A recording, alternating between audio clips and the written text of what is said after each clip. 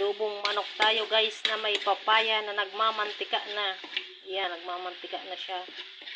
Ayan, sarap nito sa kanin. Nakakamay, nako. May konting sele-sele or lada-lada.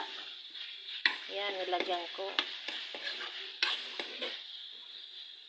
Kain na tayo guys, kain na. Kain na po. Adobong manok. Yung tuyot talaga siya. Tapos lumabas na yung mantika. Nako, sarap. Kaon na ta.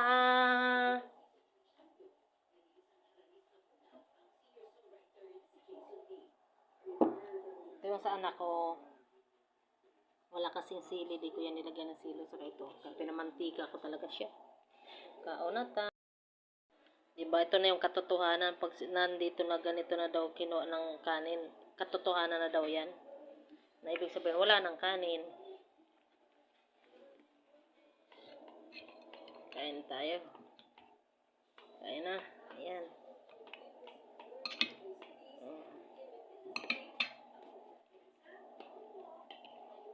Try natin subuan. Sarap.